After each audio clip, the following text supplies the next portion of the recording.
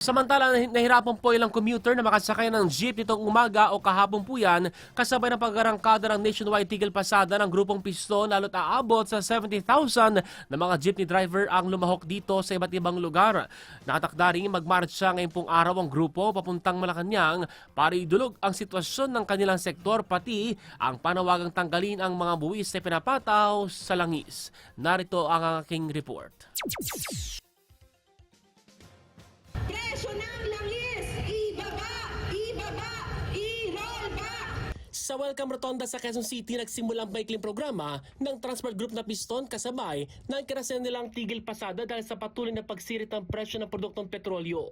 Hanggat hindi pinakikinggan ni Bongbong Marcos yung ating panawagan na pagbasura sa Old Regulation Law, pagtanggal sa excise tax at saka sabat sa langis. Lumalaki ang nila nababawas sa araw ang kita ng jeepney driver ngayong hindi pa umaaksyon ng gobyerno. Bagamat may nakalatag na cash fuel subsidy, hindi nila ito pang matagalan.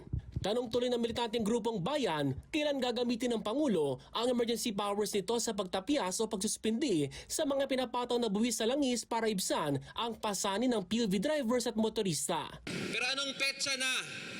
Pero malinaw ngayon na yan ay papogi lamang, hindi tapat na aksyon ng pamahalaan. Walang gagawin na pag-suspend ng excise tax para ibaba ang presyo ng langis. Kinastigo rin ng Piston ang pag-atras ni Pangulong Ferdinand Marcos Jr. sa implementasyon ng dagdag pasahe sa pampublikong sasakyan na epektibo sana Huwebes, March 19. Disbayado tayo, dapat sabi natin dapat hindi yung piso ang kanyang sinuspindi, dapat ang sinuspindi ng ni Bongbong Marcos ay yung pagtaas ng presyo ng petrolyo. 70,000 ang mga jeepney driver nationwide ang lumahok sa tigil pasada ng Piston.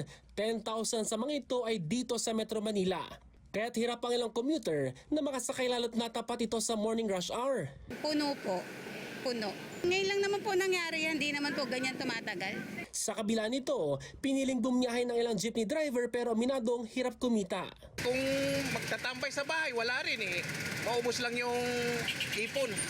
Kahit paano, meron pa naman mauwi na 300, 500, gan. Maliit. Sa tatlong anak ko, sa pangabaon pa lang, wala nang matitira eh. Pagkain pa.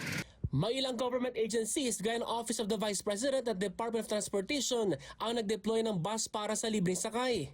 Inactivate rin ng MMDA ang kanilang Emergency Operations Center para makita ang sitwasyon sa lansangan. Sa ikalawang araw ng kanilang tigil pasada ngayong Biyernes, March 20, nakatakdang magmarcha ang grupo papuntang Malacanang upang kalampagin ang pamahalaan na makinig sa kanilang hinaing. Ace Cruz, Newslight.